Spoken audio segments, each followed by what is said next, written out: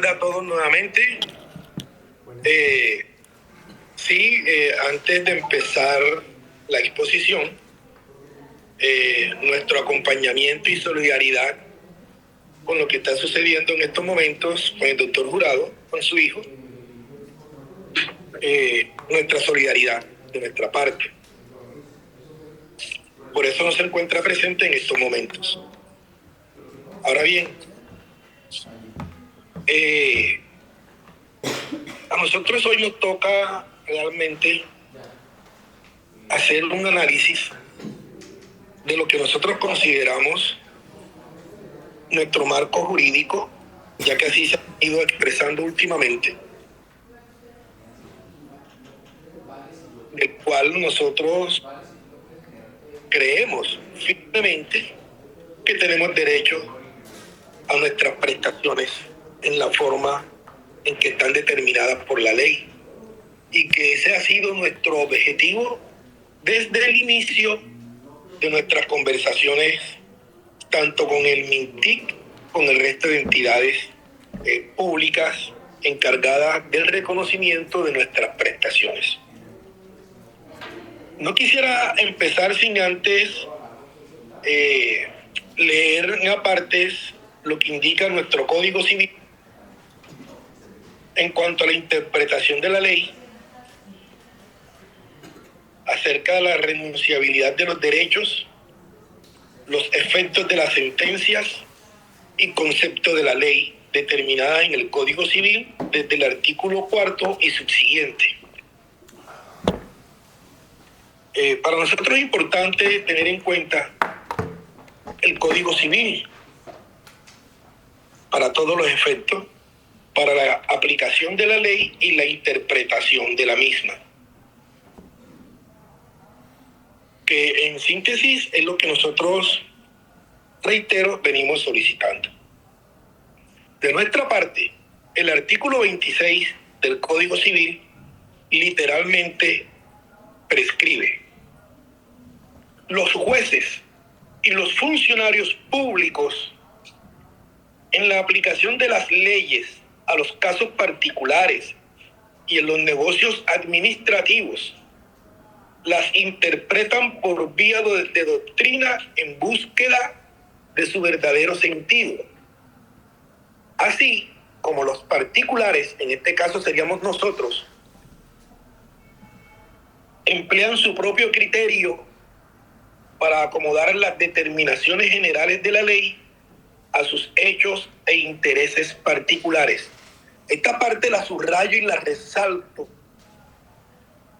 firmemente, porque realmente es a lo que a nosotros nos interesa y donde nosotros nos amparamos, sin dejar de tener en cuenta que los funcionarios públicos, en este caso, quienes de una u otra manera representan al PAR, la UGPP y la Oficina Jurídica del Estado, están comprometidos a la interpretación de ellas, de esas leyes, de esas normas, las cuales, como he venido sosteniendo en anteriores oportunidades, es la aplicación del artículo 230 de la Constitución Nacional de 1991, junto con las jurisprudencias que le dan el verdadero alcance y sentido a cada una de las normas que nosotros pretendemos que se nos apliquen. Expuesto lo anterior, y que para nosotros es supremamente importante que se tenga en cuenta el Código Civil en cuanto a la ley y la interpretación, descorro lo que nosotros hoy consideramos lo que define nuestro marco jurídico. Primer análisis.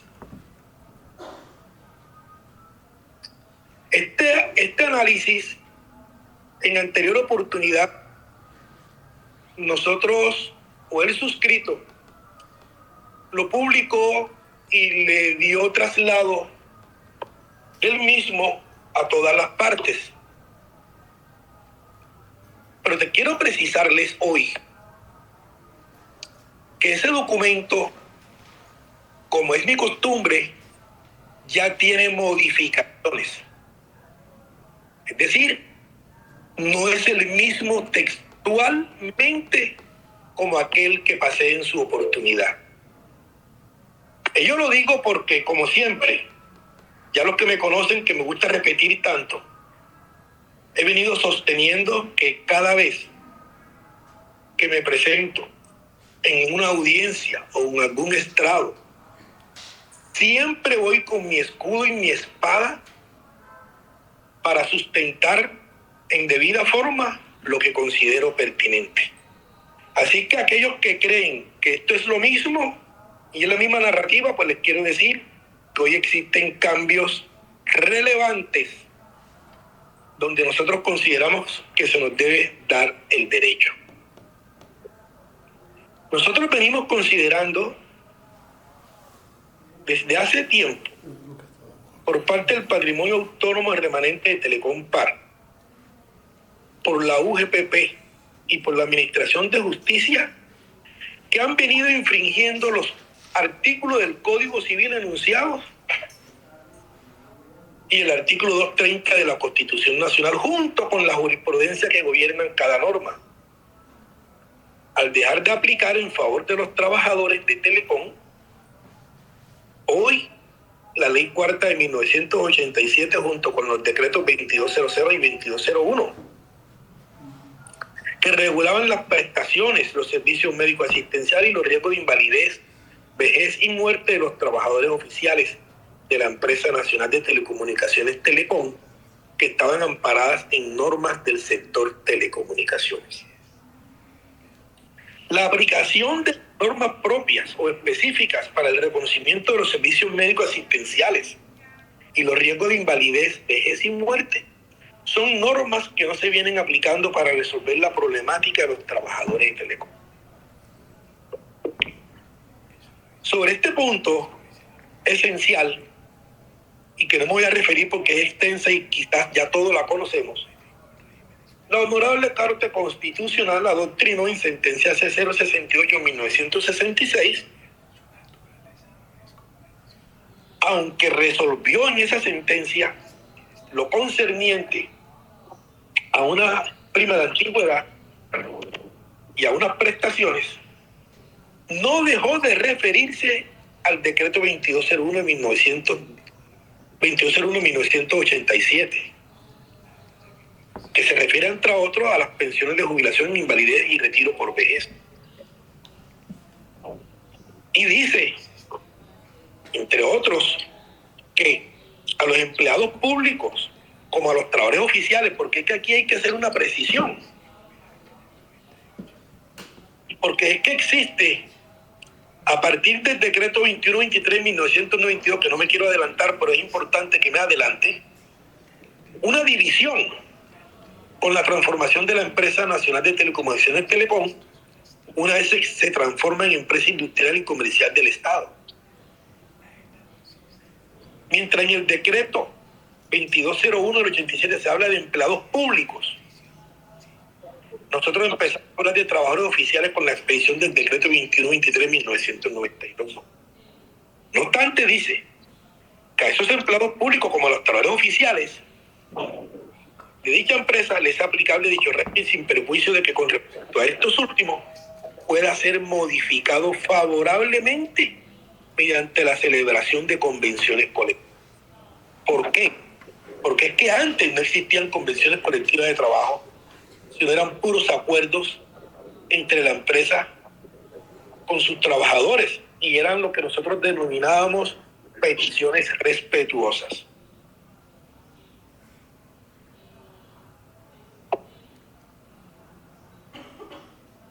Bien, nosotros consideramos que la omisión por parte de quienes administraban, yo no sé hoy, frente a los que administran el PAR, y acá PRECON, hoy UGPP, la Administración de Justicia de todas, que nosotros venimos haciendo alusión, se han dejado de aplicar para proteger, entre otros, los bienes jurídicos como el del debido proceso, artículo 22 de la Constitución Nacional, y otra vez repito, los artículos 4 y subsiguientes del Código Civil.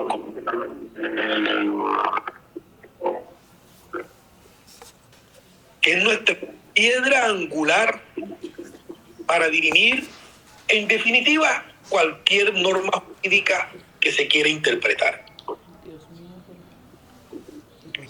Es importante advertir, compañeros, que como quiera que se vienen y que se viene ignorando la ley cuarta, en especial su artículo primero, literal F, junto con los decretos 2200 y 2201 del 85, la de rango constitucional que es de imperativo cumplimiento, nos han violado los derechos protegidos de todos los trabajadores de Telecom, porque ni siquiera los tienen en cuenta para negar el reconocimiento de las pensiones a las que tenemos derecho.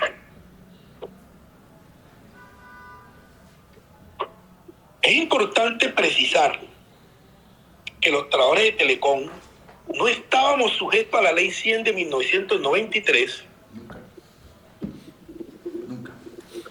porque teníamos un régimen pensional especial que es posterior a la Ley 33 de 1985 y que los decretos 2200 y 2201 del 87 y la Ley cuarta ellos establecen en su numeral tercero, es decir, de los decretos antes mentados, 210 respectivamente, se remiten a las normas del sector telecomunicaciones y no a las normas generales sobre seguridad social. Que incluso esas normas generales de seguridad social, en últimas también tendríamos derecho a ellas. Conversando con mi socia, me decía que tan fácil es interpretar esta situación jurídica como a manera de ejemplo entre una ley especial con unas normas generales. Es como si nosotros fuéramos al médico y el médico nos recetara una droga genérica y nosotros compráramos o le dijéramos al médico cuál es la droga comercial que nos curaría o nos sanaría quizás en el menor tiempo posible. Entonces nos podríamos dar cuenta que así como me puedo tomar una droga genérica, también me puedo tomar una droga específica o especial para sanarme en el menor tiempo posible. Es un ejemplo didáctico.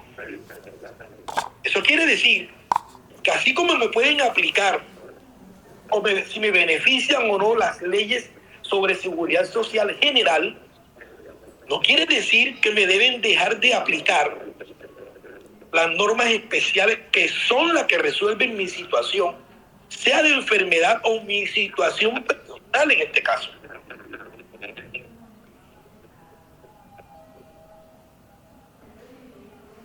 Entonces, ¿qué hemos venido observando? Vienen aplicando las normas generales, es decir, nos vienen suministrando drogas genéricas y no nos vienen aplicando o suministrando las drogas o las normas especiales que van a sanar en el menor tiempo o resolver en el menor tiempo, en este caso, mi situación jurídica. Y vienen decidiendo nuestras situaciones por disposición general o reglamentaria. Por eso me referí, entre otras, y que es importante tener en cuenta, desde el artículo 4 y subsiguiente del Código Civil. Porque al resolver tanto el PAR como la UEPP y la Administración de Justicia nuestras pensiones por vía de disposición general o reglamentaria, vienen infringiendo el artículo 17 del Código Civil, que dice o se refiere a los efectos de la sentencia. Y dice el artículo 17 del Código Civil que las sentencias judiciales no tienen fuerza obligatoria respecto de las causas en que fueron pronunciadas. Es por tanto prohibido a los jueces. ¿En serio? Escucho una voz.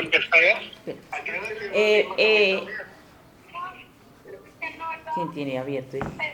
A su Telecom tiene abierto el micrófono, por favor, lo apagan. Gracias. Los negocios su competencia por vía de disposición general o reglamentaria. Es prohibido. Entonces, todas nuestras situaciones jurídicas, sin importar cómo el trabajador o sus abogados la vienen planteando, resuelven nuestra situación con la famosa adenda que nos, vamos a decirlo textualmente, nos meten en el artículo 36 de la Ley 100 de 1993.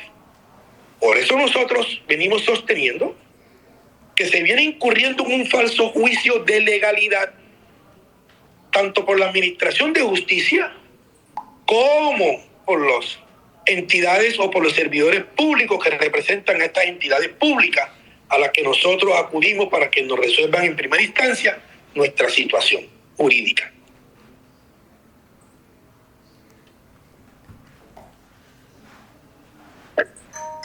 Y es que es evidente que tanto los empleados o funcionarios públicos como la Administración de Justicia, al parecer, aplican jurisprudencia para negarnos el derecho, desconociendo otras jurisprudencias, en especial la sentencia SL 13983 de 2016, con radicación 68875 de fecha 17 de agosto del 2016.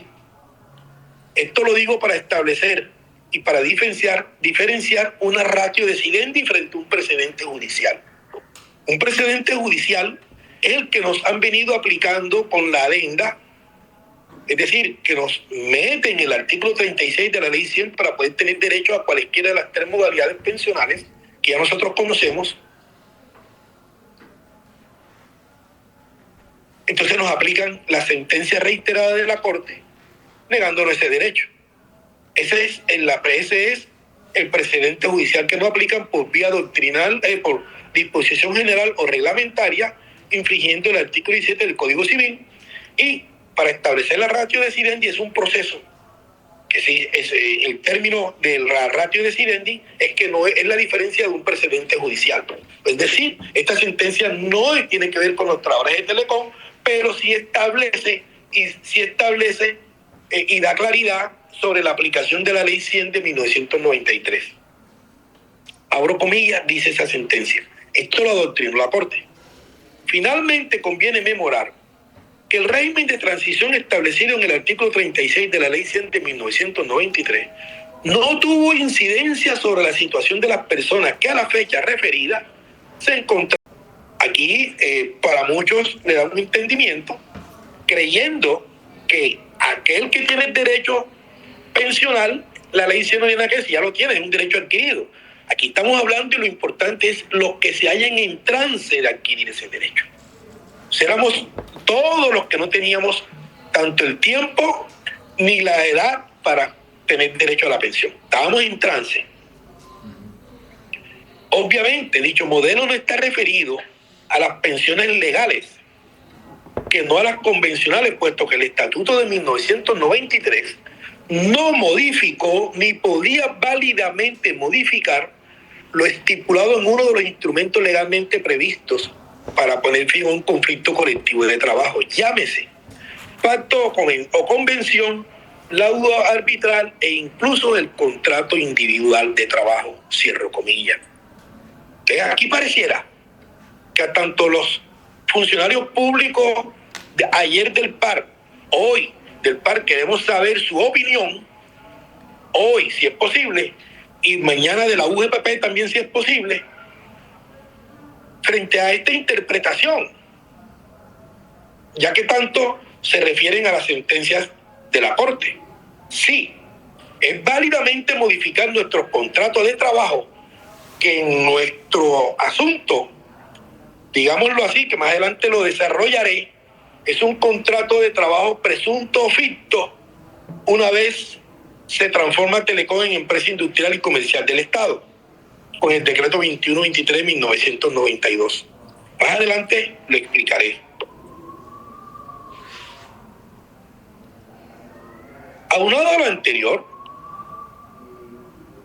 vemos que se ha dejado de hacer, otra vez reitero, en otra hora, es decir, en otros tiempos, por parte del Patrimonio Autónomo Remanente de Telecom Par, por Caprecom, hoy UEPP y por la Administración de Justicia, un estudio riguroso de los artículos 1, 5, 7 al 9 del decreto 2123 del 92 y del artículo 31 del decreto 666 de 1993. Normas que regulan la relación de los trabajadores de Telecom con la empresa. Como quiera que no han hecho un estudio riguroso y que hoy le solicitaremos al PAR que si no lo ha hecho, que lo haga y nos explique y nos diga y nos aplique si es necesario la ley con base a lo expuesto desde el artículo 4 del Código Civil y subsiguiente, si nos asiste o no razón en nuestras interpretaciones. Como no lo han hecho, nosotros consideramos que han infringido el artículo 29 de la Constitución Política de Colombia, es decir, el debido proceso. También es de precisar que como quiera que no han hecho un estudio riguroso de los artículos antes mentados del decreto 2123 del 92 y del artículo 31 del decreto 666 del 93, que con la transformación de Telecom en una empresa industrial y comercial del Estado, la existencia de los contratos de trabajo presuntos o fictos, en ellos se incorporaron todas las leyes sobre seguridad social existentes. Y por eso decía que más adelante lo explicaba. Estas leyes sobre seguridad social existentes, todas, que de una manera sucinta o amplia, el doctor Jurado en muchas reuniones se refiere a ellas y que ha hecho un estudio o un compendio de 66 normas, pero dentro de ese compendio de 66 normas, digamos que tiene en cuenta las especiales y las generales. Y las generales son las que nos han venido aplicando, más no las especiales. Entonces, dentro de ese compendio de las normas que regulan a las empresas industriales y comerciales del Estado y que se incorporaron en nuestros contratos de trabajo presuntos o fictos existentes de la seguridad social, entre ellas encontramos la ley sexta de 1945 e incluso el mismo decreto 3135 de 1968 y la ley 33 de 1985, inclusive como la ley 71 del 88.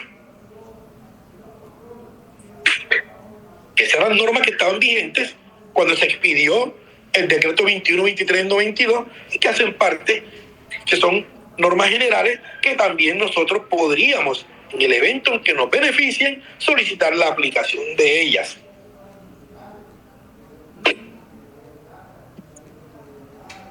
De acuerdo a lo anterior, para nosotros es imposible jurídicamente aplicarnos la ley 100 de 1993 por la irretroactividad de la ley, a menos que esa ley 100 fuera más favorable a nosotros, como lo indica, entre otros, y esto es aquí importantísimo tenerlo en cuenta, el decreto 2663 de 1950, que en su artículo 16 literalmente prescribe.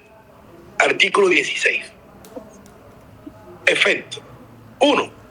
Las normas sobre trabajo, por ser de orden público, producen efecto general inmediato, por lo cual se aplica también a los contratos de trabajo que estén vigentes o en curso en el momento en que dichas normas se empiecen a regir. Aquí podríamos entender para algunos que en nuestros contratos de trabajo que están vigentes o en curso en un momento que dichas normas empiecen a regir, la ley 100 podría tener aplicación. Pero fíjense, ahora verá, que es lo más importante. Pero, dice aquí, no tienen efecto retroactivo. Ojo, esto es, no afectan situaciones definidas o consumadas conforme a leyes anteriores. 2. Cuando una ley nueva establezca una prestación ya reconocida espontáneamente o por convención o fallo arbitral por el patrono, se pagará la más favorable al trabajador. Cierro comillas. Entonces aquí vale la pena hacernos la pregunta: ¿cuáles eran las normas por medio de la cual nos reconocían las pensiones? Yo considero que no existe discusión. La de 20, 50 y 25 sin consideración a la edad, el cargo de excepción, que ya todos sabemos, incluso, como bien lo dije anteriormente, la ley sexta del 45 y el decreto 3135 del 68, y el 1848 del 69, fíjense. El decreto 1045 del 78, el decreto 1042 del 78, el estatuto nuestro también, el 2661 del 60. Esas eran las normas por las cuales, pero siendo específico, el estatuto 2661 de 1960. Fíjense, siendo específico, porque ya sabemos que las generales también tenemos derecho, inclusive porque ya se incorporaron a nuestro contrato de trabajo. Ahora bien, el numeral primero del decreto 2663 de 1950 sigue siendo la misma a la señalada en el artículo 38 de la ley 153 de 1887 y del artículo 16 del Código Sustantivo del Trabajo. Esta última disposición fue declarada exequible a través de la sentencia C-177, fíjense, del 2005, inclusive posterior al cierre de Telecom. Fue declarada exequible por la Corte Constitucional y prohíbe la aplicación retroactiva de las nuevas normas, que en este caso siguen siendo aplicables las normas anteriores a la expedición del decreto 21-23-92 y las de las empresas industriales y comerciales del Estado. Ese decreto 21-23 del 92 tiene fuerza de ley porque fue expedido por el Ejecutivo conforme al artículo transitorio 20 de la Constitución de 1991. Aquí también es importante y relevante que el par se pronuncie y nos diga si nos asiste la razón o no en cuanto al entendimiento del decreto 21-23 de 1992 con el resto de decretos ordinarios, es decir, que nos diga sobre la prevalencia de la ley especial sobre las leyes generales. Y para eso que se estudie el artículo 5 de la ley 57 de 1887 frente a los decretos ordinarios. Y aquí vale la pena resaltar y tener en cuenta, sí, ojo que esto es importantísimo, posiblemente para el desarrollo del decreto que se proyecta para radicarlo en Presidencia de la República. Que entiendo perfectamente que el 1615 del 2003 no fue demandado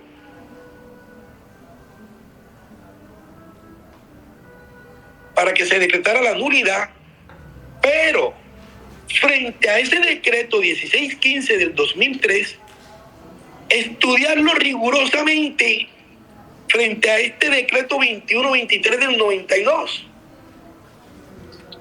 Si el presidente de la República tenía facultades o no de expedir ese decreto para liquidar a Telecom. Más adelante también lo precisaré.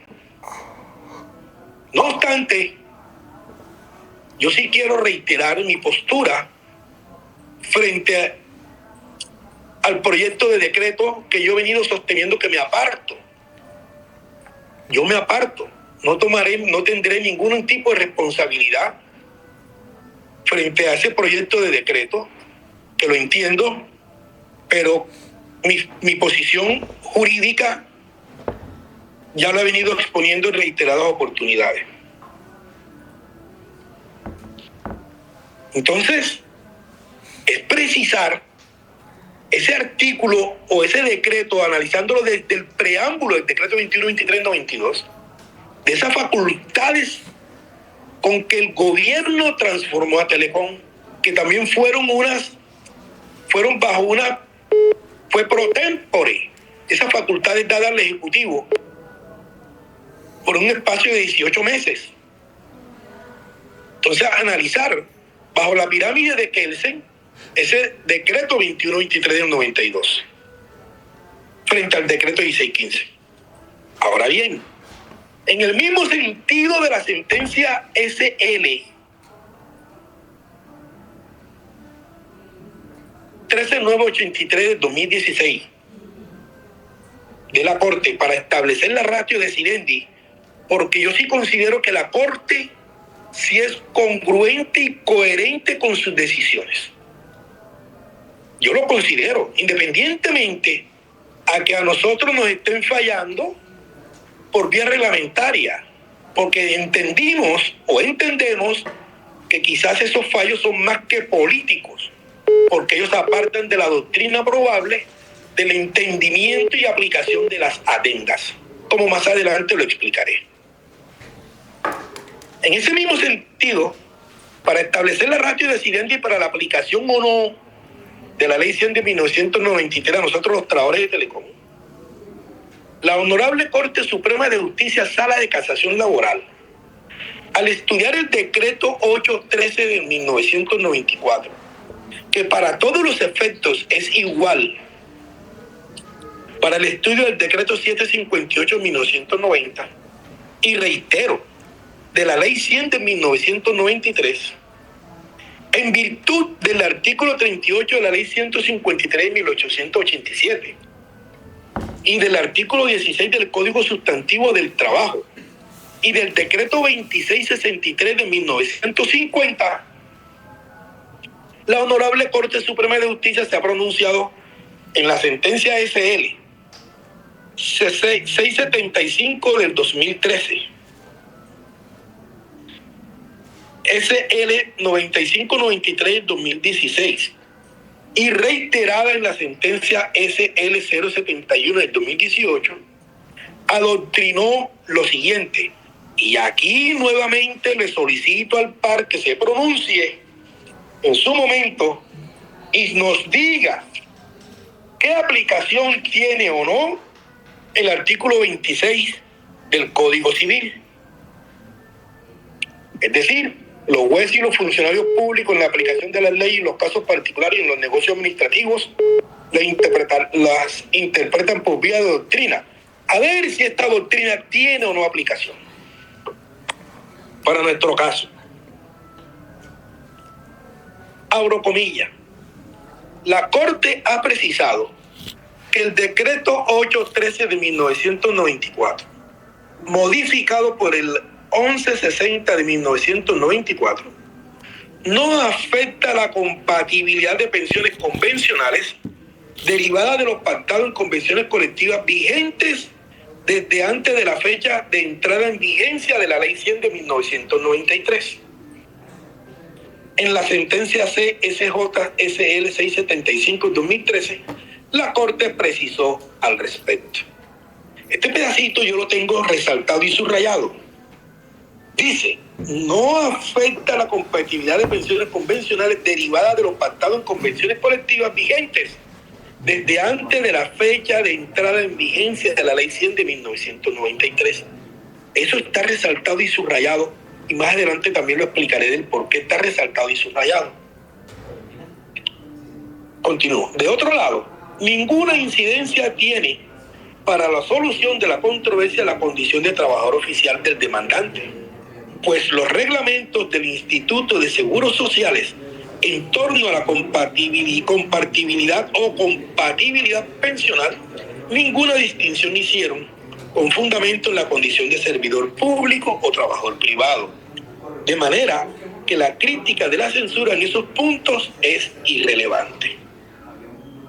Así las cosas, en cuanto a la infracción por el tribunal del artículo 5 del decreto 813 de 1994, modificado por el segundo del decreto 1160 del mismo año, que según la censura eliminó la posibilidad para las partes de hacer compatibles las pensiones extralegales con la de vejez que otorga el ISS, convirtiendo la compatibilidad en la regla absoluta, caben las siguientes precisiones.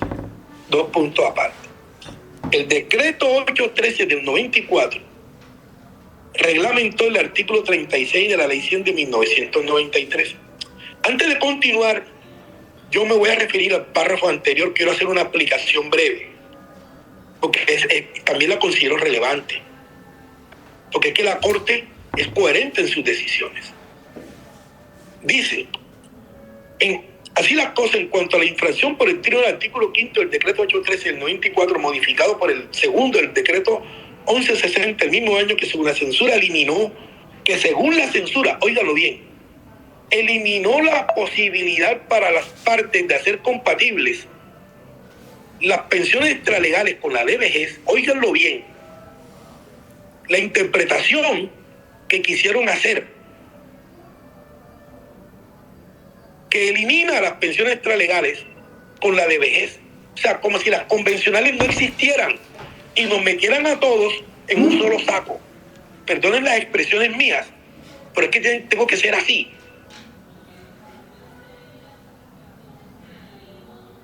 Y esto es lo que nos vienen aplicando a nosotros. O sea, nos vienen desconociendo nuestras pensiones legales, especiales y específicas, y además extralegales. Continúo. El decreto 813 del 94 reglamentó el artículo 36 de la Ley 100 del 93. Su artículo primero fijó el campo de aplicación a las pensiones de vejez y jubilación de todos los trabajadores vinculados con empleadores o empresas del sector privado que tienen a su cargo el reconocimiento y pago de pensiones, de los servidores públicos con vinculación contractual, legal o reglamentaria, de los trabajadores independientes y los afiliados obligatorios o facultativos del Instituto de Seguros Sociales. No hay duda entonces que sus disposiciones comprenden a los empleados públicos y a los trabajadores oficiales. Su artículo segundo reiteró los requisitos que traía el artículo reglamentado por ser beneficiario del régimen de transición. Su artículo tercero determinó los beneficios para quienes cumplieron los requisitos para acceder al régimen de transición. Su artículo cuarto modificó por el primero el decreto 1160 del 94, señaló los eventos de pérdida del régimen de transición. Su artículo quinto, modificado por el segundo del decreto 1160 del 94, fijó las reglas de transición de las pensiones de jubilación a cargo de los empleadores del sector privado. Y su artículo sexto reguló la transición de las pensiones de vejez o jubilación de los servidores públicos. Todas estas son legales, ¿ok? No extralegales. Por su parte, el decreto 1160 de 1994, que complementó el decreto 813 del mismo año, en su artículo tercero, determinó que los trabajadores vinculados laboralmente, ojo, al 1 de abril de 1994 y que eran beneficiarios del régimen de transición, mantendrían las condiciones de edad, tiempo de servicio, número de semanas cotizadas y monto de las pensiones establecidas en el régimen vigente que se les venía aplicando a 31 de marzo de 1994. Igualmente contempló que los trabajadores, ojo, que no estaban vinculados laboralmente a 31 de marzo del 94, solamente se beneficiarían del régimen de transición siempre y cuando en la última entidad a la que estuvieran vinculados hubieran cotizado al IS, caso en el cual mantendrían las condiciones de edad, tiempo de servicio, número de semanas cotizadas y monto de las pensiones establecido en el régimen vigente en el Instituto a 31 de marzo de 1994. Aquí resalto y subrayo. En ese orden, contrario a lo argumentado por la censura sobre la imposibilidad, ojo, de pacto entre las partes derogatorias por parte de los mencionados decretos, de la figura de la compatibilidad pensional para convertir a su paso la compartibilidad como regla absoluta, lo cierto es que los derechos emanados, ojo, de convenciones colectivas celebradas antes de la vigencia de la Ley 100 de 1993 y que no han sido modificadas por normas posteriores, deben entenderse vigentes, lo cual no es obstáculo para que sean armonizadas con las disposiciones de la Ley 100 de 1993. Desde luego, por convenios entre las partes a través de la negociación colectiva. Pero para darse dicha armonización, necesariamente debe partirse del supuesto de la vigencia de esos regímenes jubilatorios convencionales que no pueden entenderse derogados o modificados por normas legales posteriores. Cierro comillas. En mi opinión, y sobre este estudio jurisprudencial, de manera juiciosa, rigurosa y conforme a las últimas peticiones que le hemos venido solicitando al PAR, el PAR ha reconocido en respuesta que nos ha dado que los estatutos que hacen parte de nuestra convención colectiva y de nuestros contratos individuales de trabajo según el Código Sustantivo del Trabajo no fueron armonizados con la Ley 100 de 1993. Y tampoco existe ninguna norma o cláusula o artículo convencional que haya armonizado el régimen pensional nuestro en alguna convención y que se haya modificado el régimen pensional, o que se hayan derogado, o que se hayan desconocido, o que se hayan declarado inexequibles, entre otras la Ley Cuarta del 87 y los decretos 2200 y 2201 del 87. Por lo menos el PAR hoy nos da respuesta en ese sentido, porque esas peticiones han venido siendo solicitadas en el mismo sentido en que la Corte se ha venido pronunciando con respecto a la armonización o no de la Ley 100 para nuestras prestaciones.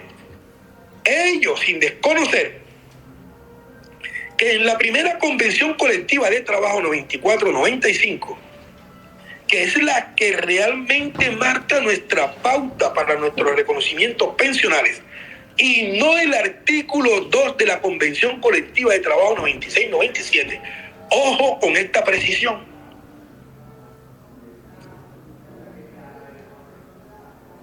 Y yo vengo insistiendo que es la forma en cómo se plantean las demandas o las peticiones.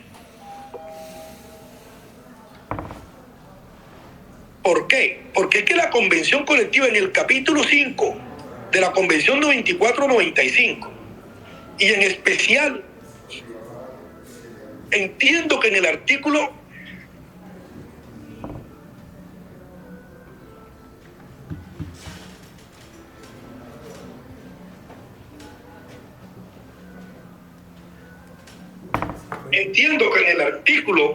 segundo, para ser más preciso,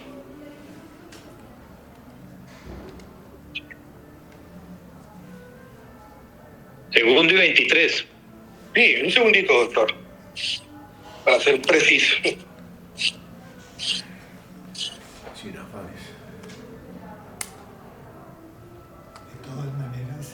que en el artículo 27 de la Convención Colectiva 94-95, a lo único que se refiere, y que no vamos a entrar a discutirlo porque esto no se refiere a las pensiones, pero sí se refiere a la forma de liquidar las pensiones. Porque mal haríamos nosotros en nuestra exposición de desconocer ese artículo 27. Pero ahí dice que es la forma de liquidar la pensión de vejez. Y se refiere a los que estuvieran en cargo de excepción, en régimen de transición, perdón. Ella es específica también ese análisis de este artículo 27. Algunos.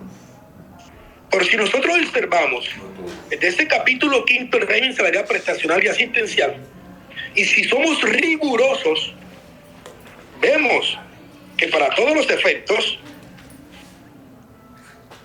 está contenido todo este capítulo en los decretos 2200 y 2201 del 87.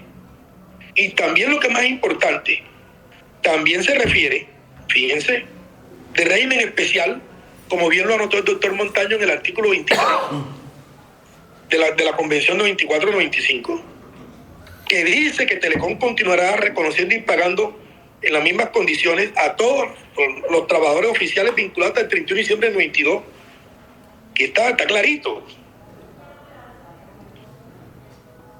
Y allí tenemos que referirnos, y por eso solicitaba que tuviera en cuenta en su integridad prácticamente el decreto 21-23-92, y que se nos respete, y que Telecom se obligó a cumplir y no lo está cumpliendo conforme al artículo 8 del mentado decreto.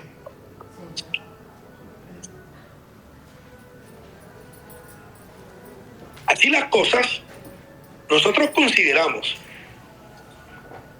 que frente a los trabajadores de Telecom, tanto el patrimonio autónomo remanente, la UEPP y la Administración de Justicia, nosotros vamos a decir, de acuerdo a la respuesta que nosotros hemos venido obteniendo últimamente, que el patrimonio autónomo remanente, de acuerdo a las peticiones que le hemos venido solicitando, pues nos ha venido dando respuesta en el sentido en que realmente es la verdad ontológica, es decir, la verdad que le dejó Telecom cuando le entregó en custodia toda aquella documentación y todo el historial. Entonces, por ejemplo, el PAR nos da respuesta diciendo que los estatutos y la JD 012 del 92, los estatutos como el reglamento interno JD 028, 029 y 055 y 062, que está claro, del 93, no fueron modificados en etapas posteriores a su expedición. Entonces, en esos estatutos, sí, le damos aplicación a lo reiterativo doctrinalmente, que no fueron modificados por normas legales posteriores, en este caso la ley 100, entonces no tienen que aplicar en su integridad normas sobre seguridad social,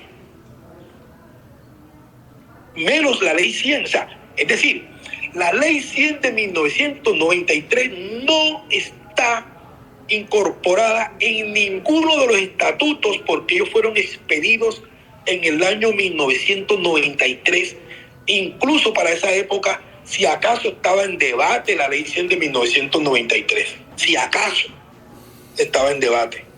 Todos sabemos que ella entró a regir a partir del 1 de abril de 1994.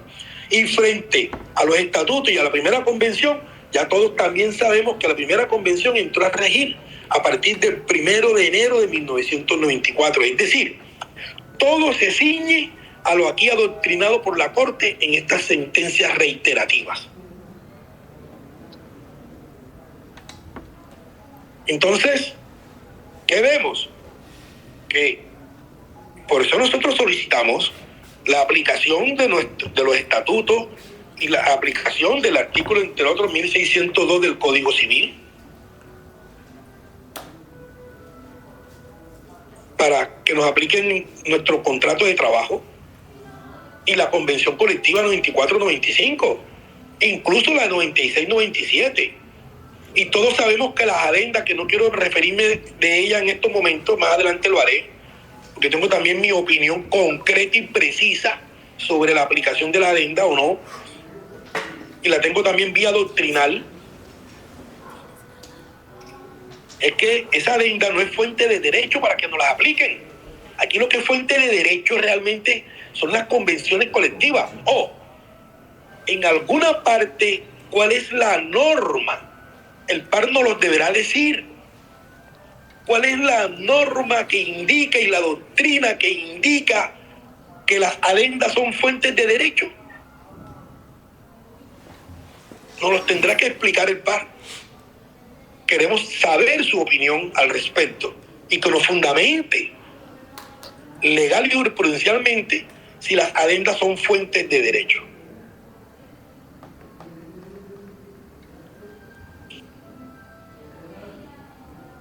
Entonces, como nosotros consideramos que no han valorado en debida forma esas leyes específicas, la Convención Colectiva de Trabajo, la primera que entró a regir a partir del 1 del 94, es decir, antes de entrar a regir la Ley 100, ellos dan por sentado que los trabajadores de Telecom cumplen con los requisitos señalados en la jurisprudencia, porque su derecho a la pensión convencional tiene como fuente normativa es la supuesta adenda y no tiene como fuente normativa los estatutos, el contrato de trabajo. O sea, nos han venido asaltando durante tanto tiempo esas prerrogativas porque han desconocido, reitero, nuestro marco jurídico, nuestro contrato de trabajo y la primera convención colectiva de trabajo, que todas ellas hacen parte integral de nuestros contratos individuales. Y que además, ojo, aunque así fuera, no podían modificar ni derogar leyes que estuvieran vigentes a través de las convenciones colectivas de trabajo. Porque entre particulares, en este caso sería Telecom y los trabajadores a través de sus sindicatos, porque de hacerlo estarían infringiendo, otra vez me voy a referir al artículo 16 del Código Civil, que es nuestra piedra angular, que dice el artículo 16 del Código Civil, tiene como título irrenunciabilidad de normas públicas. Dice, no podrán derogarse por convenios particulares las leyes en cuya observancia estén interesados el orden y las buenas costumbres. Entonces, aunque así fuera, a través de una adenda no se podían derogar aquellas leyes o decretos que estaban incorporados y que eran vigentes, que estaban incorporados en nuestro contrato de trabajo individuales y que estaban vigentes según la ley. Entonces aquí lo que nosotros vemos es que con nosotros hay una violación flagrante de todas las leyes a las que nosotros nos queramos referir, pero en especial del Código Civil colombiano, que es nuestra piedra angular. Nosotros consideramos que los supuestos fácticos y de derecho traídos en esta instancia, en esta oportunidad, cumplen a cabalidad con lo previsto en la Constitución Nacional, en la ley y la jurisprudencia, que ha doctrinado desde vieja acá que la única forma de aplicar la retroactividad de una nueva norma es cuando es más favorable al interesado para garantizar derechos individuales. En este caso, la Ley 100 de 1993 no lo es para el reconocimiento y pago de nuestras pensiones, que estaban en normas especiales o específicas del sector de telecomunicaciones en los estatutos de Caprecom y en los estatutos de la empresa. Seguimos considerando que si en esta eventualidad y en estas mesas de conversaciones y de entendimiento, si no se omiten las anteriores normativas y la doctrina probable, seguro que las decisiones deben ser conforme a la ley y a la jurisprudencia. Y entre ellas, la de reconocer y concedernos nuestras pensiones, porque tenemos un régimen pensional especial, ya requete dicho, en normas específicas que posteriormente hicieron parte de los estatutos de la empresa y nuestros contratos individuales de trabajo. Yo no voy a leer el artículo primero del literal F porque es tedioso, porque sería más extenso, pero sí me refiero a ello, a que se tengan en cuenta el artículo primero de la ley cuarta del 87, el artículo 7 del decreto 2200 del 87, el artículo 15 del decreto 2200, el artículo 55 del decreto 2200 del 87, el 200, y del decreto 2201 del 87 los artículos 7, 8 y 9. Y también es importante tener en cuenta, para todos los efectos que la otra vez lo explicaba, del decreto 2201 del 87, tener en cuenta los artículos primero, de los artículos del 1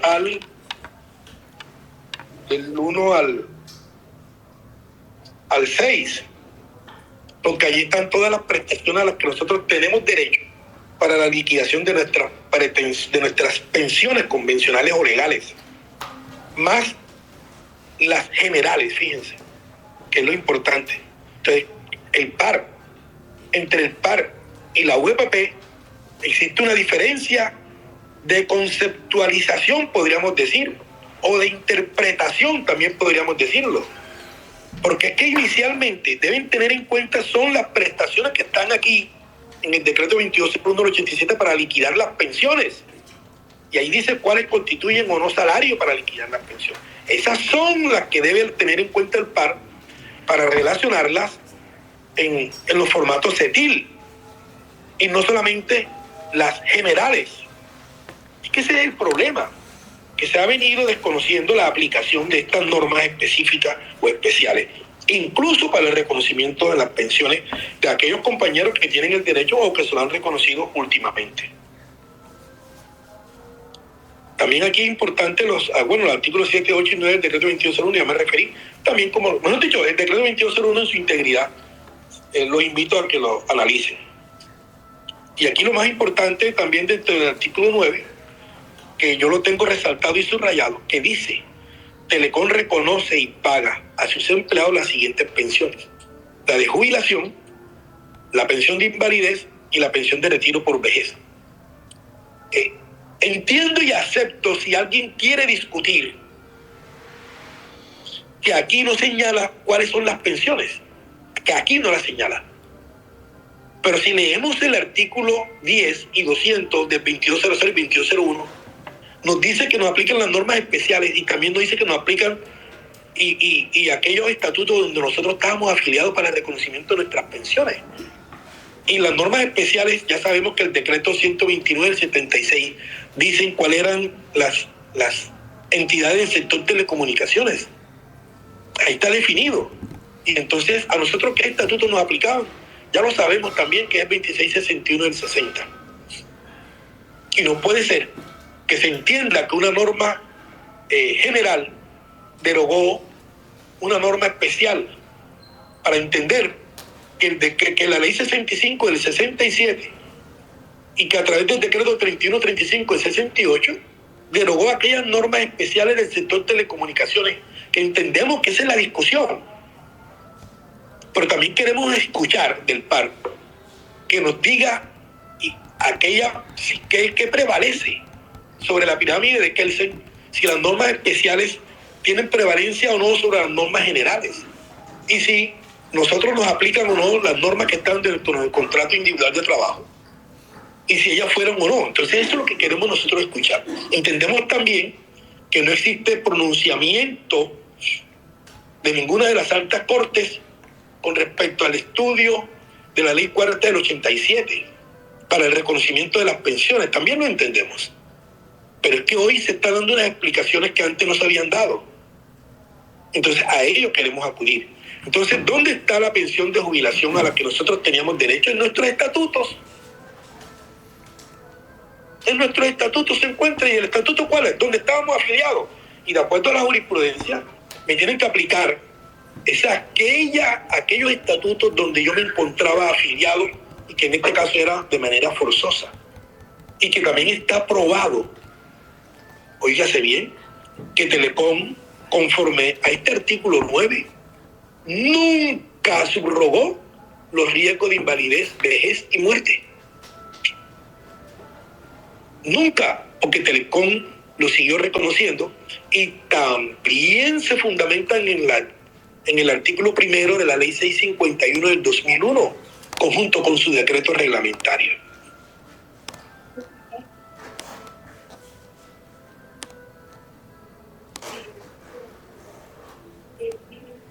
Entonces nos deberán decir si entre las normas especiales el decreto o estatuto 2661 del 60 lo era o no lo es. Eso es interesante que nos lo digan y nos lo clarifiquen, porque serán los estatutos donde nosotros estábamos y si se aplica o no el decreto 129 del 76.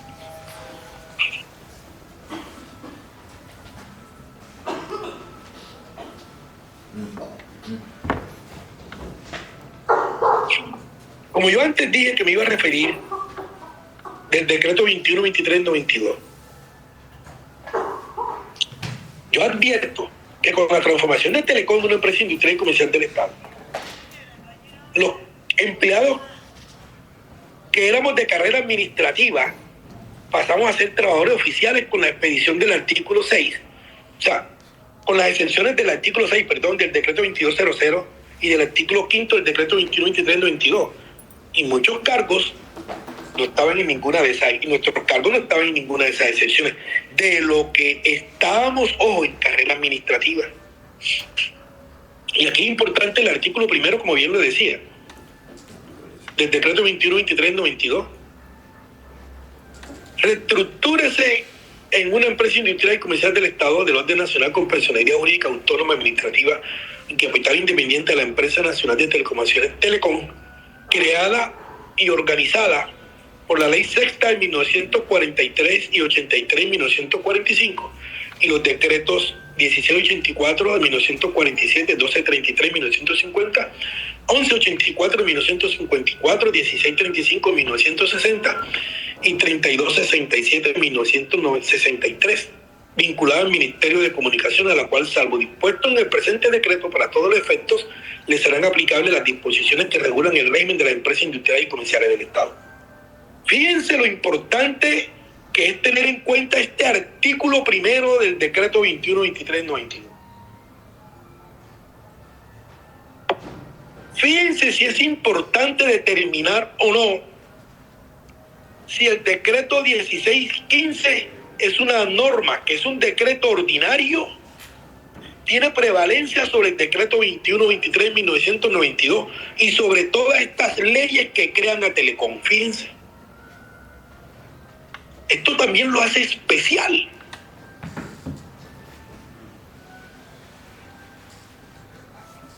Por eso considero que aquí que nosotros hemos hecho un estudio riguroso, resalto y subrayo, riguroso, y que no solamente es el artículo 7 del decreto 21, 23, 92.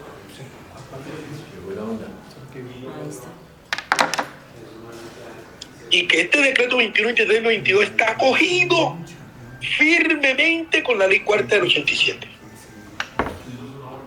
Sí. ¿Por qué? Porque aquí fíjense, en el artículo 5 también dice el régimen de los empleados. En los estatutos internos de la empresa se determinarán los cargos que serán desempeñados por empleados públicos. En todo caso, quienes desempeñan las funciones de presidente y vicepresidente. Es más, aquí nos dice, como bien lo di arriba, quienes quedaron siendo empleados públicos y quienes pasamos a ser automáticamente trabajadores oficiales. Aquí está clarito. Y nos dice en el artículo 7 las normas laborales. En tiempo de servicio de los empleados públicos que tengan una relación laboral con la fecha de su estructuración de la empresa se computará para todo el efecto legal y por lo tanto dicha relación se entenderá sin solución de continuidad respecto al tiempo laborado con anterior a la transformación.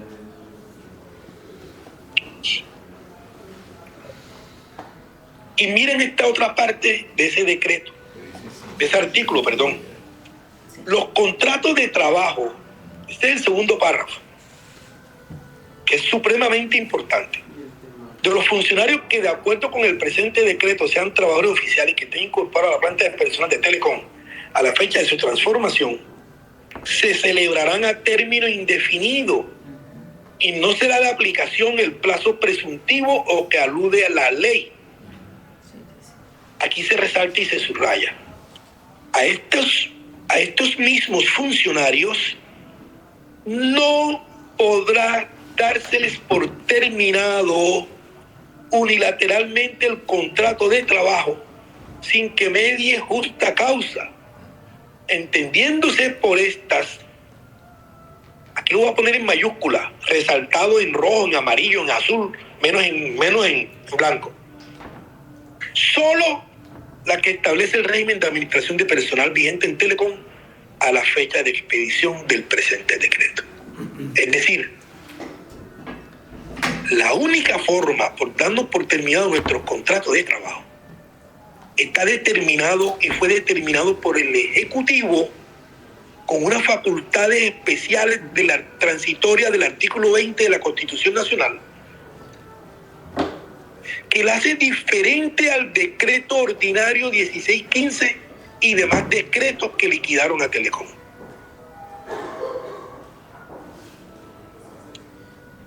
Entendemos la presunción de legalidad y que tampoco se demandó el decreto 1615 del 2003, la nulidad del mismo, lo entendemos y lo tenemos claro. Pero ello no quiere decir que estamos frente a un exabrupto jurídico y que probablemente de ese daño jurídico existen unos perjuicios en contra de nosotros los trabajadores de Telecom. Y quizás también por ello se acepta que debemos buscar y estar presentes frente a un acuerdo político para el reconocimiento de nuestros derechos. Queremos saber la interpretación del PAR frente a este segundo párrafo del artículo 7 del decreto 21-23-92 sobre la prevalencia de estos dos tipos de decretos frente al daño jurídico que nos han causado los trabajadores de Telecom. Porque es que está claro, en el tercer párrafo, dice que la reestructuración de la empresa no afecta el régimen pensional, salarial, prestacional y asistencial vigente de los empleados vinculados a Telecom. Entonces, díganos el PAR, ¿cuál era ese régimen prestacional asistencial vigente? Si es que para esta época no existía la ley 100 del 93. Entonces el vigente eran todas aquellas normas, tanto las específicas como las generales. Todas. De acuerdo a esta intelección que se le debe dar al tercer párrafo del artículo 7 del decreto 21-23-92.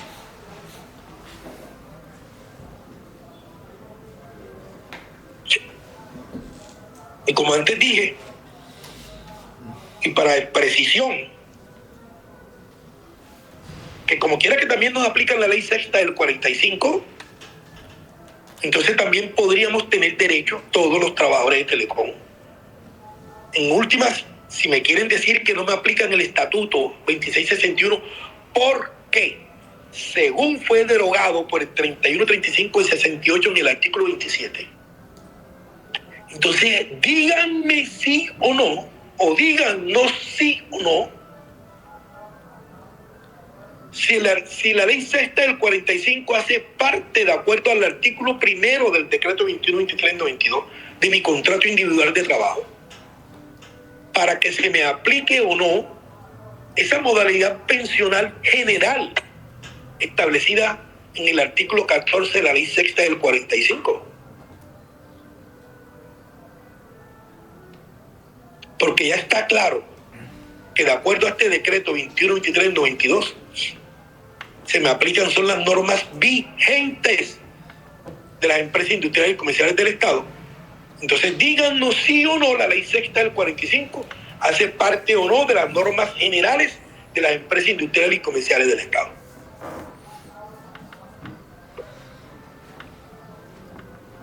En ese artículo 14, en el literal C, habla de la pensión de 50 años con 20 años de servicio. 50 años de edad después de 20 años de servicio. Continuos y discontinuos, de los cuales nosotros los trabajadores también tenemos derecho a esa modalidad pensional.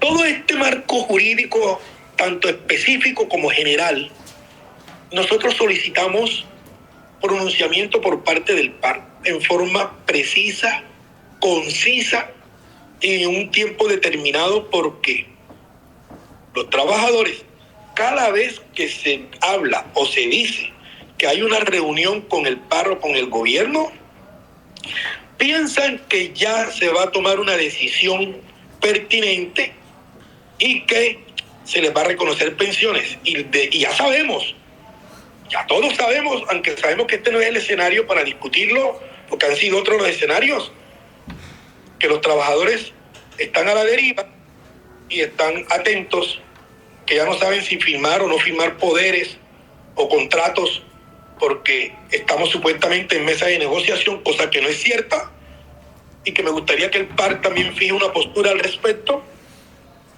porque estamos en diálogo. Y que nos digan si las normas especiales o específicas a las que tenemos derecho los trabajadores de Telecom tienen prelación o no sobre las normas generales. En este caso, la única norma general que nos afecta es la ley 100 del 93. Y que en ese principio de interpretación de leyes, que en latín se dice así, abro comillas, lex specialis derogat legis general, significa que las normas específicas prevalecen sobre las normas más generales. Entonces, que se determine cuáles son las normas específicas que para nosotros son las leyes 28 del 43 y 22 del 45, así como los decretos del 46, 32, 77, 63 y el 61, la ley cuarta con el decreto 2200 y demás normas, reitero, aquí pluricitadas. Sí, esas normas específicas o especiales tienen prevalencia o no sobre la ley 100 del 93.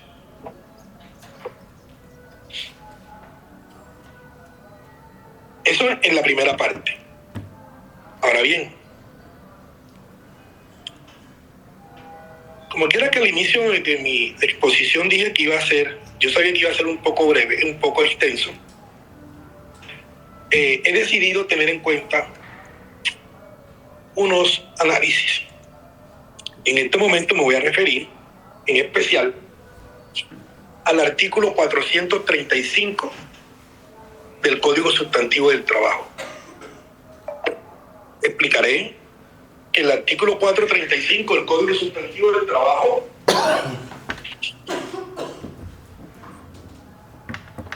textualmente prescribe. Voy a leerlo para que podamos entender muchos de qué se trata ese artículo, porque entendemos que todos los que estamos no tienen la condición de abogados, pero entonces vamos a leerlo, porque ellos también hacen buenas interpretaciones y también entienden ya nuestra problemática. Dice el artículo 435,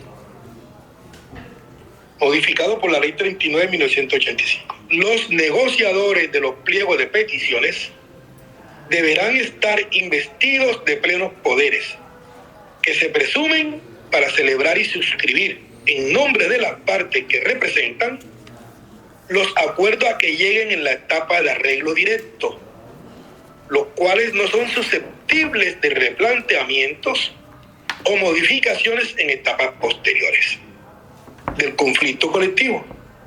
Si se llegara a un acuerdo total o parcial sobre el pliego de peticiones, se firmará la respectiva convención colectiva o el pacto entre los trabajadores no sindicalizados y el empleador, y se enviará una copia al Ministerio de Protección Social por conducto del inspector respectivo.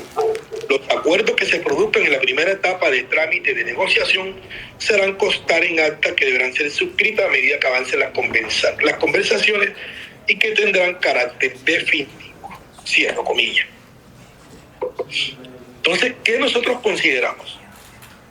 Que el par, fíjense lo importante de tener en cuenta el artículo 230 de la Constitución Nacional y el artículo 4 y subsiguiente del Código Civil. Importantísimo tenerlo en cuenta. Porque es que todos estamos obligados al cumplimiento de la ley, a la interpretación y cómo se interpreta la misma. Ya el Código Civil lo tiene definido. Es decir, aquí no deben existir opiniones, sino lo que diga la ley y lo que diga la jurisprudencia. Entonces, ¿qué ha venido violando el par? Antes, hoy queremos saberlo. Y la Administración de Justicia. Han venido infringiendo por la vía directa, o sea, directamente el artículo 435 del Código Sustantivo del Trabajo, el 467, en relación con los artículos 1602 del Código Civil, numerales 2 y 9 del artículo 2189 del mismo Código Civil. Y de paso, todas las leyes, tanto generales como especiales, atrasmentadas. Al dejar de inaplicar la adenda convencional. Entendemos que aquí hay una discusión, que si se aplica o se inaplica. Pero la verdad es que la Corte, por vía estatutaria o reglamentaria, la ha venido aplicando en los jueces de la República. Es decir, no la han dejado de aplicar. Y nuestro razonamiento es que se debe inaplicar. Y nuestro razonamiento no es caprichoso. Ahora, si se quiere aplicar la adenda, entonces que se le dé la intelección que se le quiere dar a la adenda, no la que caprichosamente se le ha venido dando. Entonces aquí hay dos escenarios que lo tenemos claro. Dos escenarios que están claros. Los que quieren que se inaplique y los que quieren que se aplique. O los que quieren que se dé la verdadera interpretación de la adenda. Para todos los efectos, como bien dije, yo tengo una postura doctrinal, porque para mí es insignificante si se aplica como se debe aplicar, es decir, que ya no es fuente de derecho y que ya no modificó mi régimen pensional, porque ya yo tengo claro que la Corte ha dicho en forma reiterativa que su aplicación, que no le ha dado el entendimiento que le debe dar. Ese entendimiento entiendo que el par hoy no se quiere apartar. ¿Qué pienso y qué sostengo? Que tanto el patrimonio autónomo ayer y Caprecón y la Administración de Justicia, para sustentar su tesis, para aplicar la adenda, ignoran el estudio del artículo 435 del Código Sustantivo del Trabajo, en armonía con las normas atrás citadas, que son de orden público y de efectos inmediatos. Es decir, afincan su tesis y no nos dicen cuál es el fundamento legal, es decir, cuál es la ley que permite que las adendas sean fuentes de derecho para el reconocimiento de pensiones y no las convenciones colectivas. O sea, le están dando una connotación a la adenda. Entonces, en mi opinión, ignoran el artículo 435 y la jurisprudencia. Si aplicaran en debida forma el artículo 435 del Código Sustantivo del Trabajo junto con la jurisprudencia que gobierna en esa norma, y que, reitero, no es una posición bizantina o no, para discutirla o no con mis compañeros, con el par, con la Administración de Justicia, yo solamente solicito que se aplique la ley y la jurisprudencia. porque eso constituye lo que se denomina el imperio de la ley, artículo 230 de la Constitución Nacional. Si ellos estudian definitivamente, como debe ser el artículo 435 de la jurisprudencia, seguro estuviéramos que las consecuencias jurídicas fueran distintas a esa aplicación o a ese entendimiento que se le viene dando a la adenda para negarnos nuestros derechos. Primero, fue suscrita 2 años después de haberse firmado y radicado ante el Ministerio del Trabajo la Convención 96-97. Segundo, los representantes de los trabajadores, fíjense bien, de acuerdo al artículo 435, preguntémonos, ¿tenían o no facultades ordinarias o extraordinarias para aclarar y modificar el artículo 2 de la Convención 96-97? Después de culminar la etapa de arreglo directo de la Convención 96-97 y de la 98-99. Entonces, esa pregunta está resuelta. Está resuelta según el artículo 435. Por eso lo leí previamente. Porque ellos perdían facultades, incluso cuando se llegaba a algún acuerdo, a algún artículo, lo dice la norma, no es una interpretación del suscrito. Por eso digo, es lo que diga la ley. Entonces ya ellos no tenían facultades. ¿Quiénes? Los negociadores. Ellos perdieron facultades para negociar después de terminada la etapa de arreglo directo. Entonces, si ellos perdieron facultades para negociar, ¿cómo, perdón con la expresión, cómo carajo nos quieren aplicar una adenda con unos representantes que firmaron que no tenían facultades de acuerdo al artículo 435 del Código Sustantivo del Trabajo para decir que nos aplican la ley 100? ¿De dónde sacan eso? ¿Cuál es la fuente? Sí. Y no la convención. Es el 435. Y fíjense a revelar lo que dice. 20 años ya estás. Fíjense lo que dice la Corte en este asunto Lo más chistoso sobre las adendas, tiene el fundamento. que en mi opinión es desde hace años, antes de nosotros tener nuestra problemática. Las Cortes han adoctrinado que los acuerdos extra convencionales, en este caso la adenda que estamos refiriendo, buscan esclarecer pasajes confusos, entre paréntesis aclarar, cláusulas y o artículos convencionales, modificar, y que esta última se aplica para mejorar las condiciones pactadas entre el empleador y los trabajadores. No dice que para empeorar, no dice que para que, es para mejorar la situación de ellos.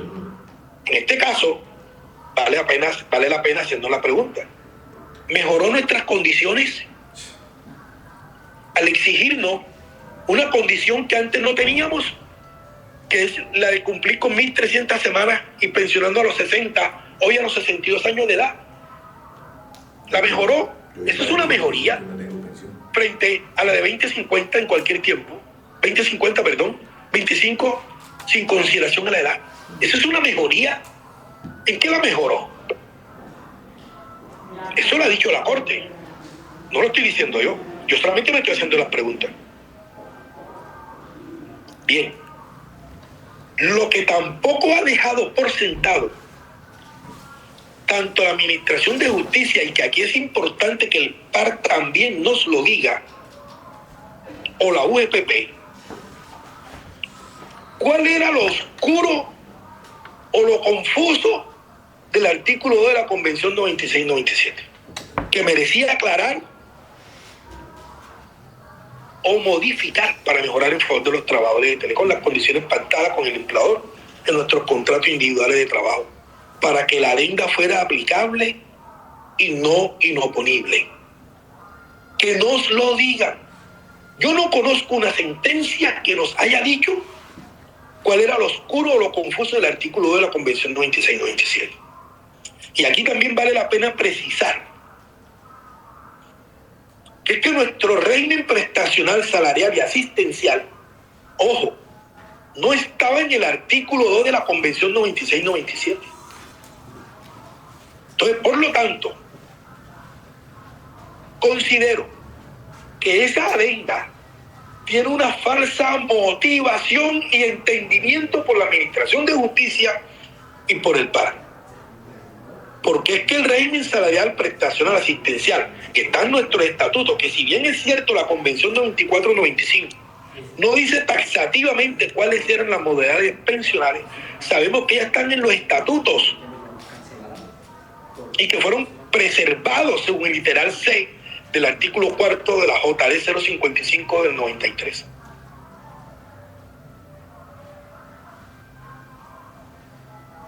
Entonces, que se nos diga cuál es lo oscuro del artículo 2 de la Convención, porque para mí está claro, porque es que ahí se incorporó la Convención 94-95 en ese artículo.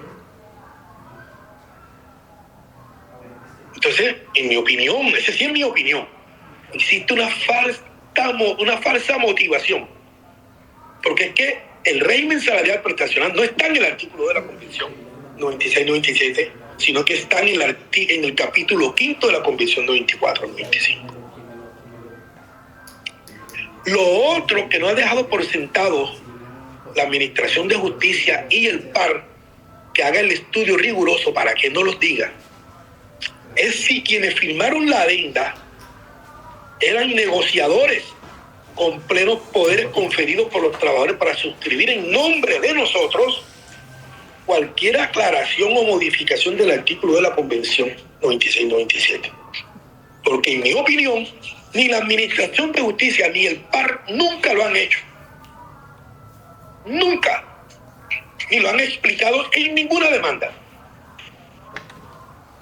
Para nosotros es importante que nos lo digan.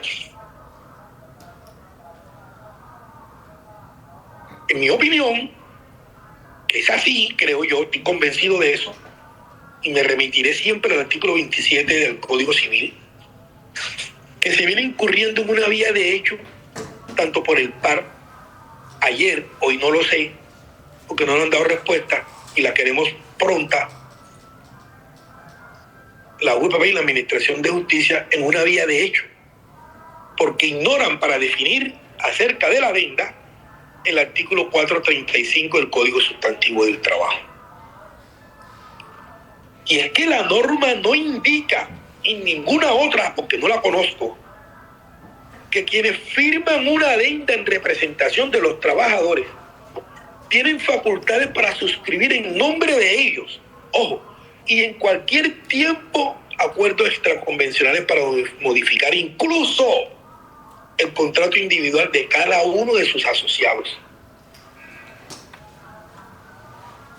Pero sí indica la ley, ese artículo 435, que los negociadores, resalto y subrayo, de los pliegos de peticiones deberán estar investidos de plenos poderes para negociar, para suscribir en nombre de las partes los acuerdos a que lleguen en etapa de arreglo directo, no en indirecto. La norma no lo dice. Así las cosas. En la adenda que fue suscrita más de 2 años, después de 2 años de haberse firmado la Convención 96-97, no indica en calidad de que quienes firmaron esa adenda lo hicieron. Es cierto, y no se discute que allá aparecen 9 firmantes en nombre de los trabajadores, y no indica con qué facultades actuaron para firmar ese documento. Eso es cuestionable hoy, de acuerdo a la ley.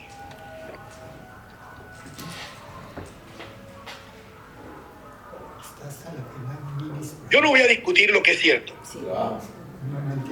Que los presidentes de los sindicatos pueden suscribir adendas en representación de los trabajadores para aclarar un acuerdo convencional. Yo no lo voy a discutir. Pero ¿sabe por qué no lo discuto? Porque entiendo que esas facultades que pueden tener ellos se deben hacer bajo el marco de la negociación colectiva, es decir, que los trabajadores lo faculten para ello, de acuerdo al 435. Y esas actas o lo que quieran suscribir tiene que ser a través de negociaciones colectivas y con facultades dadas por nosotros, es decir, por los trabajadores en su momento. Y eso no ocurre con esa adenda. porque es que ellos no tenían autorización, y en esa adenda es clara, es evidente que no la tienen, no lo dice por ningún uso aparte.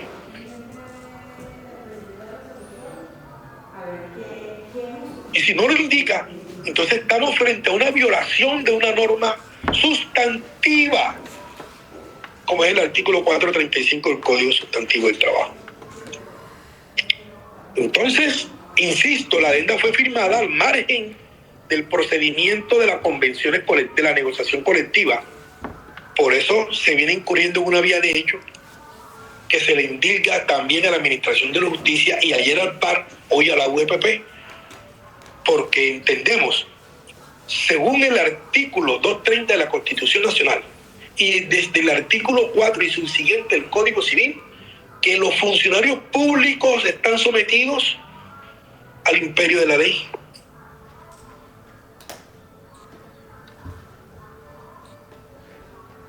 Y es que además de ignorar el artículo 435 del Código Sustantivo del Trabajo, ignoran el artículo 2189 del Código Civil, en especial los numerales 2 y 9 que textualmente prescriben.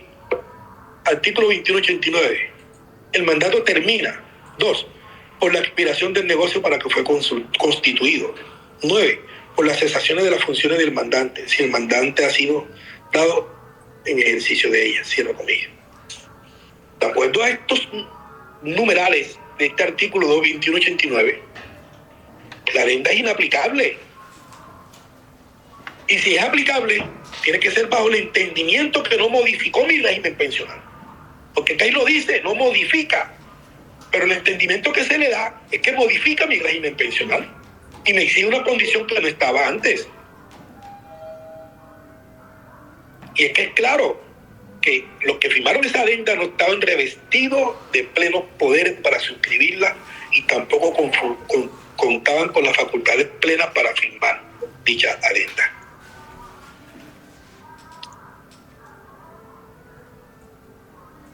Ahora, yo me he hecho varias preguntas, ¿no? Pero aquí hay una.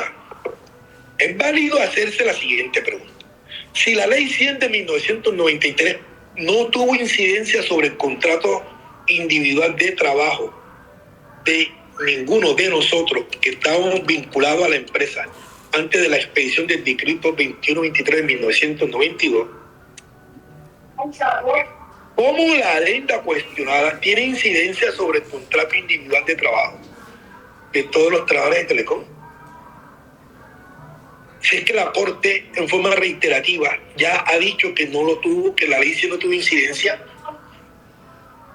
porque no podía modificar válidamente lo estipulado en uno de los instrumentos legalmente previstos para poner en fin a un conflicto colectivo de trabajo, llámese pacto, convención e incluso el contrato individual de trabajo. Entonces, ¿por qué nos aplican la adenda? Pero mal interpretada, pues, para no entrar en discusión con que si es oponible o que si no es oponible, para no entrar en discusión. ¿Por qué me la aplican? La ley 100.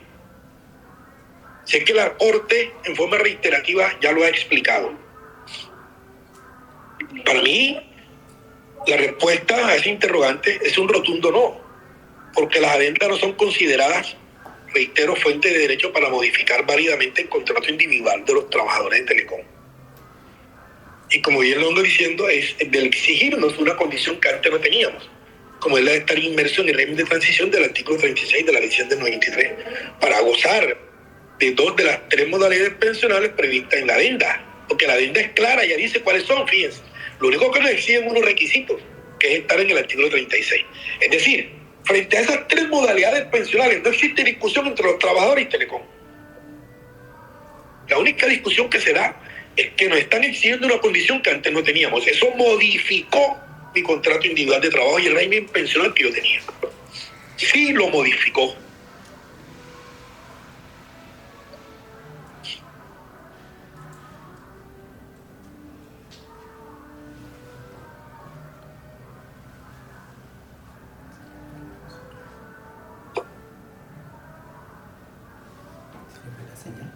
Lo otro que me quiero referir, y está en el documento que les pasé, para terminar, es que nosotros sabemos que existen muchos precedentes judiciales y ellos han venido siendo explicados por los compañeros de Cali, por el doctor Jurado y otros, que el Consejo de Estado ha tenido una postura realmente sobre el reconocimiento de las pensiones de los trabajadores de Telecom con la aplicación de la 843, entre otras, y de aquellas modalidades pensionales que en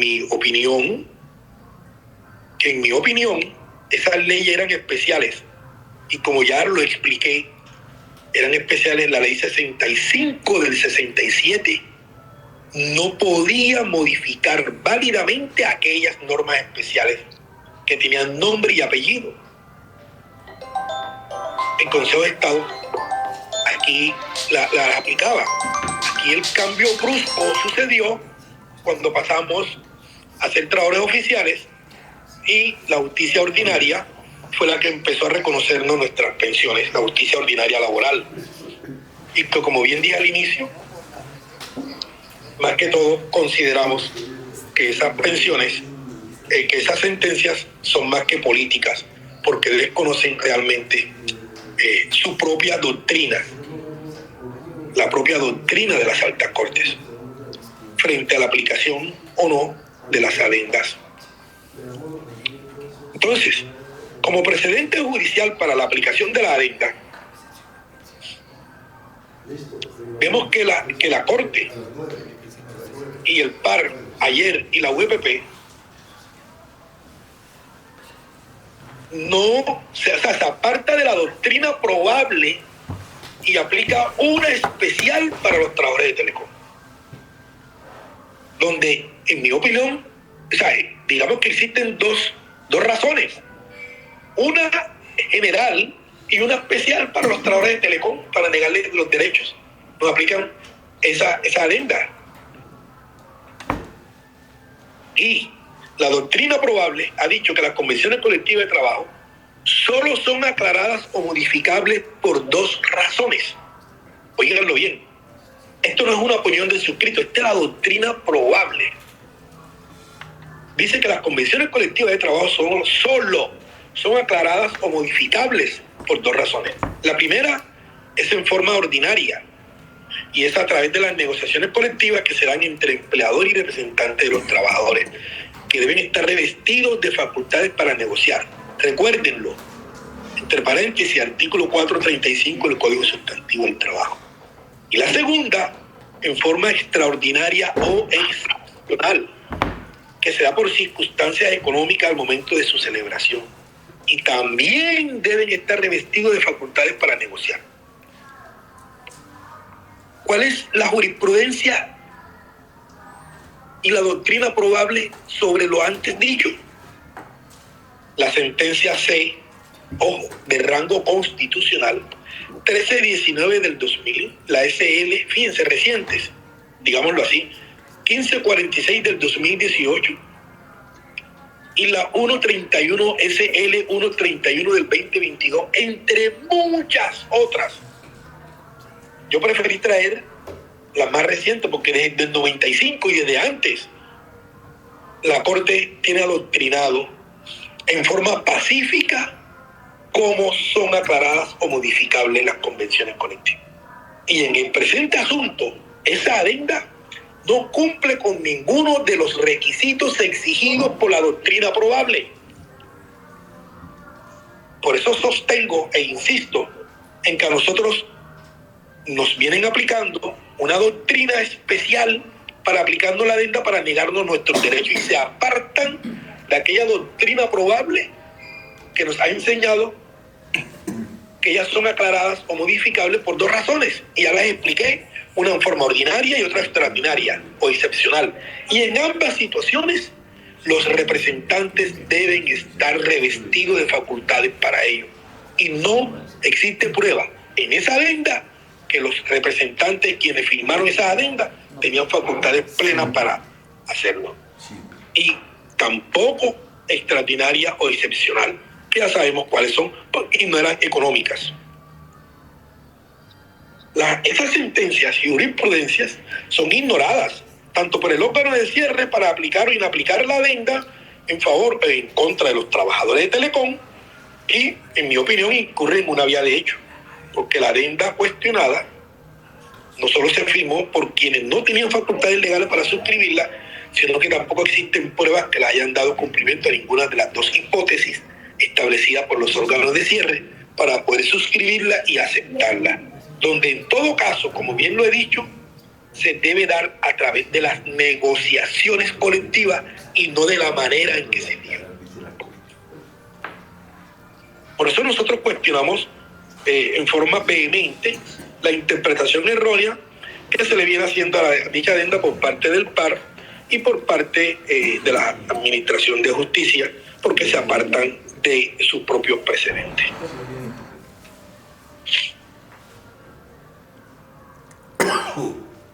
Ahora, también existe precedente judicial sobre el reconocimiento de la pensión con el Estatuto 2661 de 60 bajo la modalidad de 2050 de la misma Corte Suprema de Justicia Sala Laboral. Y a nosotros nos extraña ese cambio brusco que dio la Corte. Ese precedente judicial es la sentencia 32927 del 1 de marzo del 2011. Fíjense, mire lo que dice la Corte aquí, que me llama la atención. Abro comillas. Pues bien, sin mucho esfuerzo, al analizar e interpretar aquellas normas, se puede colegir que el régimen pensional contenido en ellas quedó plasmado en la Convención Colectiva de Trabajo. Es decir, fíjense para que vean que si está en la Convención Colectiva, que las partes quisieron dejar consagrado contractualmente, dicho régimen como un derecho extralegal para los trabajadores beneficiarios de la misma. Cuando las normas convencionales y su adendo se refieren al régimen pensional consagrado, entre otros, en el decreto 2661 de 1960, no aparece de bulto que únicamente se hubiera pactado en la disposición contractual la pensión excepcional consagrada en el artículo 11 del citado decreto. Y la misma redacción del texto aludido en cuanto al implementar el régimen pensional hace mención entre paréntesis a jubilación, retiro por vejez, invalidez y excepción, lo que posibilita descortar la afirmación que hace la entidad recurrente y habilita en cambio la deducción del tribunal, que no se muestra abiertamente equivocada, pues se contemplaron diversas formas de acceder a una pensión jubilatoria. De otro lado, el